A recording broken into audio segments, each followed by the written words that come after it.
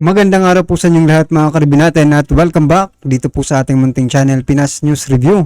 At ito nga po mga karibin natin may re-reviewin na naman po tayong isang video mula po kay Banat News Updates. Ito po ang title grabe to, ginulat ang lahat, Attorney Harry Roque kumpirmado na. Nako. President BBM, BP Sara, ex-President Duterte di makapaniwala. Yan mga karibin natin ang ating alamin mula po rito kay Banat News Updates. Yan, subscribe nyo na po. Kung di pa po kayo nakapag-subscribe kay Banat News Updates, subscribe na po kayo. At kung bago ka pa lang at di pa po nakapag-subscribe sa ating munting channel, please don't forget to subscribe. At i-click na rin po ang bell notification para updated po kayo sa lahat ng ina-uploads nating reaction video. Yan at eto na nga, sama-sama at sabay-sabay po natin pakinggan, panoorin at bigyan ng reaksyon ang balitang ito. Eto na po. Pag-uusapan natin ngayon, ito po, sabi po, pahayag ng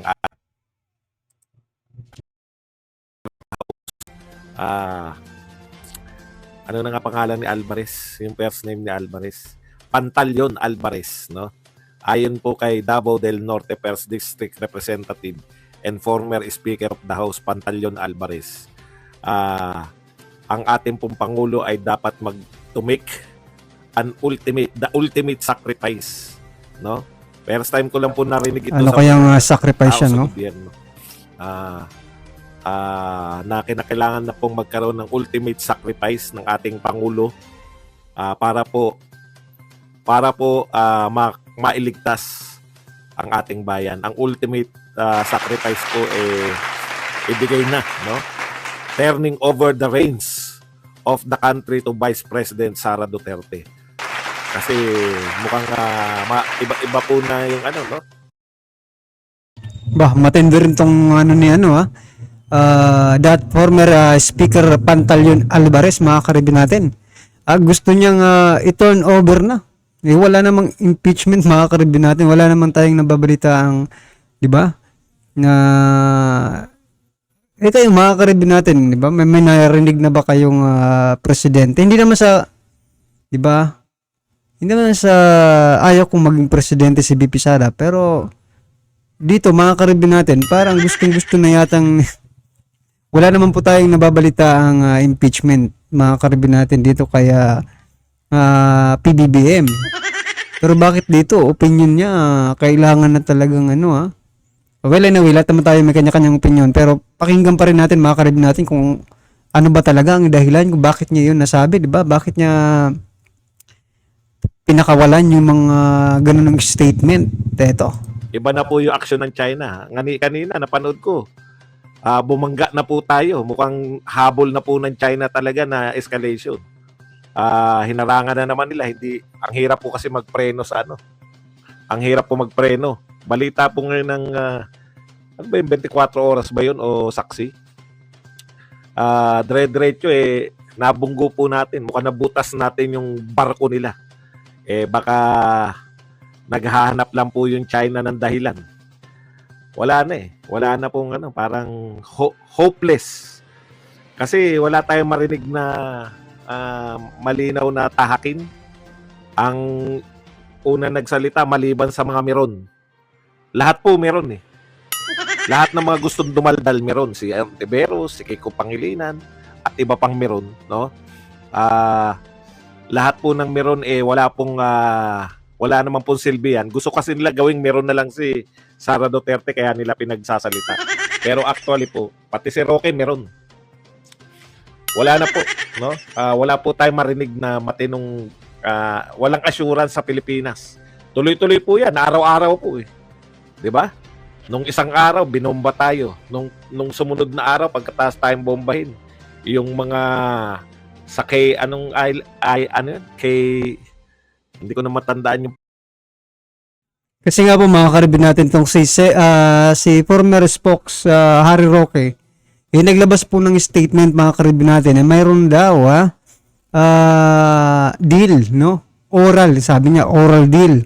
Itong ang Pilipinas sa panahon po ni dating Pangulong Duterte, no? At ng China diyan sa West Philippine Sea. Parang oral condition, no? dyan sa West Philippine Sea. Kaya siguro itong mga anti-Duterte, no? Anti-Duterte na talaga tawag natin dito. Gustong-gusto nilang pagsalitain si BP Sara, no? Patungkol po rito dahil po sa kondisyon ng kanyang ama. So ito lang mga karibinal, ano po ang kinalaman ni BP Sara doon sa ginawang kondisyon, oral condition, no? No, oral deal, no? Yun yung tinatawag nila eh. Ni former President Rodrigo Roa Duterte dito sa China. 'Di ba? At saka ito, oral deal, meaning kumakaribin natin pagkatapos po ng hindi na po presidente ngayon si PRRD. Ibig sabihin tapos na po 'yun, no? Sa panahon niya. 'Yun ang technique niya, no? Ni PRRD para naman walang gulong mangyari diyan sa West Philippine Sea. 'Di ba? Oral deal mga karibi, pero hindi ibig sabihin na ibinigay po ang West Philippine Sea, 'di ba? Oh. Gustong-gusto po nilang pagsalitain si BP Sara patungkol po rito. Oh. Ang ano nga rito mga karibin natin, dapat po si PBBM po ang magsalita about dyan. Kasi baka sabihin naman na pinangungunahan, no? Itong si PBBM, ni BP Sara, kung magsalita si BP Sara dyan, di ba? O, pag di naman nagsalita, ayaw magsalita. Pag magsalita, di ba? It's better na keep quiet na lang mga karibin natin. Kasi, di ba? Mas marami pong nagsasalita about West Philippine Sea, no? Mas marami po ang chances na magkamali ang Pilipinas. Di ba? Magkamali ang Pilipinas sa kadadaldal nitong mga hinayutak na to. Sa totoo lang naman, ang isa lang naman po ang pwedeng makapagdesisyon, no? Diyan sa West Philippine Sea, kung di ang ating Pangulo lang. Diba? Siya dapat po ang magsalita about yan at hindi po si BP Sara. Pangalan ng bahura na yun, may mga scientist tayo na in-electric pa na nila ng helicopter. Tapos ngayon, banggaan na po. Ang problema, tayo pa bumangga. Kasi nga, hinarangan tayo, ang bilis ng takbo. Biglang umovertake, syempre, dire-diretso yung barko natin, no? Talagang decay. Baka sinasadya na rin ng China, no? Marami na po. Marami pong hindi po ubra sa ganito yung lilipas din yan. Mukhang hindi po lilipas to, mahal na Pangulo. Kaya po, ito po yung nakikita, pinaka-practical na nakikita ni dating Speaker Alvarez, na yan lang po yung makakasiguro makakais ng tension with China. Kasi pinanood ko rin kanina yung interview ni Pangulong Marcos, hindi niya rin po kayang sagutin yung nandirekta eh. Yung sinasabi niya na ayaw niya rin ng digmaan. Pero ayaw niyo ng digmaan, Mr. Marcos, Mr. President. You don't like us to go into war. But we've been doing this patentero with the Chinese vessels ever since. Na kayo po ay umupo dyan po sa posisyon. So yan mga karibin natin, ayaw po ng gera, no? Ni PBBM dyan sa West Philippine Sea. Tama, correct po yan. Napakaganda po yan. Pero, paano masosolusyonan to kung ayaw nyo makipag-usap din, di ba? Ayaw nyo gumawa ng deal, di ba?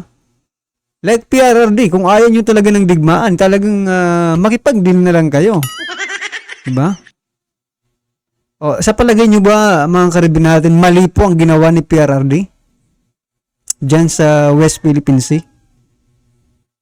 Kung totoo man niyang may, sabagay, totoo, sabi na nga po niyan eh. Spock Sari Roque. Ngayon, ang tanong lang mga karibin natin, tama ba o mali ang ginawa ni PRRD? Kasi ngayon, walang deal, di ba? Nagkakagulo na sa West Philippine Sea. Ayaw ng digmaan, pero ayaw makipag-usap. Napapasama na po yung mga Coast Guard natin, mga karibin natin eh. Ang hirap nito, hindi kayo ang nandun, kundi itong mga authorities natin ang binabangga at maaaring magbuwis ng buhay. Kasi sila po ang nandun, di ba? Oh. Wala po kami makitaan maliban po instead po na yung po lahat ng tauhan ninyo instead na mag-de-escalate, no? Nakita po nilang opportunity to para birahin na naman yung mga Duterte. Hindi po solusyon, wala pong yung mga eengot-engot naman pong mga vlogger, tambi vloggers at mga supporters. Tuwan-tuwa po, no? Tuwan-tuwa po na may chance silang banatan yung mga Duterte sa mga ganito. Wala po kayong pang-intindi sa ating kalagayan, no? Napakahirap po. Baka akala nyo, napakasarap. Miski si Pangulong Marcos, pakinggan nyo yung interview ni Pangulong Marcos. Ayaw niya nung digmaan. Kaya lang, wala tayong makitang hakbang. Hindi man lang sabihin na willing ako makipag-usap, pumunta sa Beijing para ayusin yung ating problema. O yung padala ko yung aking defense o yung aking foreign affairs secretary para de-escalate. Mag-usap yung mga foreign affairs secretary tsaka yung katumbas nito. Kasi hindi na po pwede yung mga estilo nyo na isisilang sa Duterte to. No? Kinakailangan ng mamamayan natin tignan nyo po yung Baka nga eto, opinion ko lang to mga karibin natin Baka nga sa katapos-tapusan nito, yung gawin po ng PBBM admin, mga administration, mga karibin natin, yung ginawa rin ni PRRD, di ba? Makipagkasundo na muna para matigil yung hidwaan dyan, di ba? Ma-freeze muna. Oo. Ako mga karibin natin, hindi naman binenta, di ba? Yung West Philippine Sea. Sa palagay ko lang at opinion lang po ito. Hindi ko alam kung matutuwa kayo o magagalit kayo sa opinion kong ito, di ba? Sa palagay ko po tama po yung ginawa ni PRRD, mga karibyo natin, na makipag-deal or oral lang naman, di ba? Hindi naman binenta yung Pilipinas, di ba? Para lang manahimik at magkaroon ng magandang relasyon, di ba? Kasi yun naman talagang purpose ninyo, di ba? Magkaroon ng enemy to none, di ba? Ganun. Or nahihiya lang kayo na makipag-usap sa China kasi full pledge na kayo sa US. Di ba? Parang nahihiya lang siguro kayong makipag-usap eh. So, hindi naman masama. No? Alang-alang sa ating bansa, di ba? Baka naman kasi iba po yung ninyo iba po yung plano ninyo. Well, anyway, dapat malaman rin po yan ng taong bayan kung ano man po yung plano ninyo dyan sa West Philippine Sea. Di ba? Kasi ayaw nga ninyo ng ayaw ninyo ng gera, di ba? Pero ayaw nyo ang gulo nyo.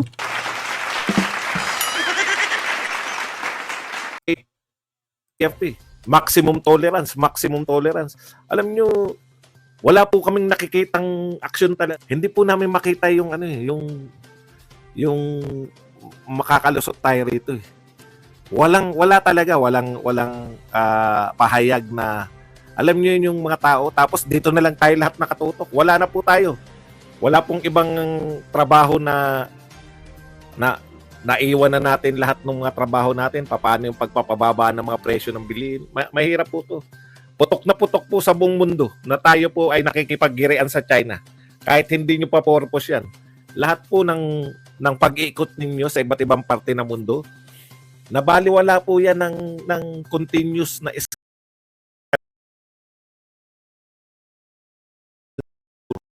hindi po nakakatulong. Yung hinahayaan lang tong lahat ng mga dumadaldal. Akala nyo masaya yung daldal kayo ng daldal? Banat si Kiko, banat si Ontiveros, banat si Delima, banat si ganun. So, isa pa yan mga karibin natin. Dapat unahin po talaga itong West Philippine Sea kaysa sa eto, opinion lang din po ito sa paglilibot ng ating Pangulo sa iba't ibang bansa, di ba? Para kumuha ng mga investment, di ba? Investor, mag-invest dito sa Pilipinas. Dapat siguro unahin po dito. Kasi national security ito mga karibin natin, di ba? Kung sino po mag-invest dito kung mayroon pong threat ang Pilipinas, di ba? Kaya siguro mga karibin natin, pledges lang, di ba? Yung nakukuha natin. At malamang yung iba hindi na siguro nagpe-pledge. Di ba? Dapat siguro unahin po muna ito kasi national security. Di ba?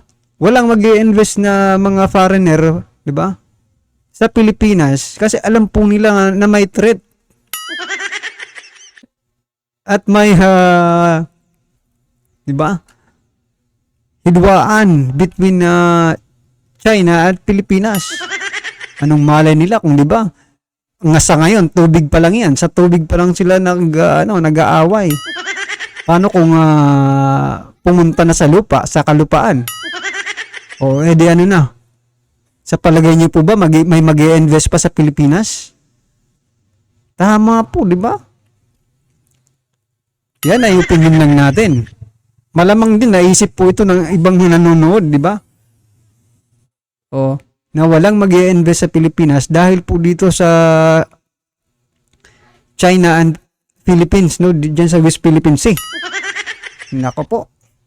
Dapat pala, ito pa lang inuuna, hindi po yung paglilibot-libot ng ating Pangulo sa iba't ibang bansa. Kasi sayang po yung pera na kanilang ginagamit, no? Sa kanilang pagta-travel kung wala rin naman makukuhang investor. Well, anyway mga karibin natin, yan ay opinion lang ha. Huwag nyo pong masyadong siseryosohin at opinion lang po yan ng simpleng tao. No, at malamang sa malamang ganun din po ang iniisip ninyo. Ha? Oh, yan mga karibin natin, ano man po ang inyong reaksyon, komento at kritisismo sa naging video ito ay comment lang po sa baba para din sa lang po ng ating mga kababayan ang inyong pong nararamdaman patungkol po sa video ito, right? Kung bago ka pa lang at di pa po nakapag-subscribe sa ating munting channel, please don't forget to subscribe at i-click na rin po ang bell notification para updated ka po sa lahat ng ina-uploads nating reaction video. Yan, at huwag din pong kalimutan mag-subscribe kaya Banat News Updates, yan. Mga karibin natin, nasa description po ang full video link ng balitang ito. Subscribe na po kayo. Maraming salamat po.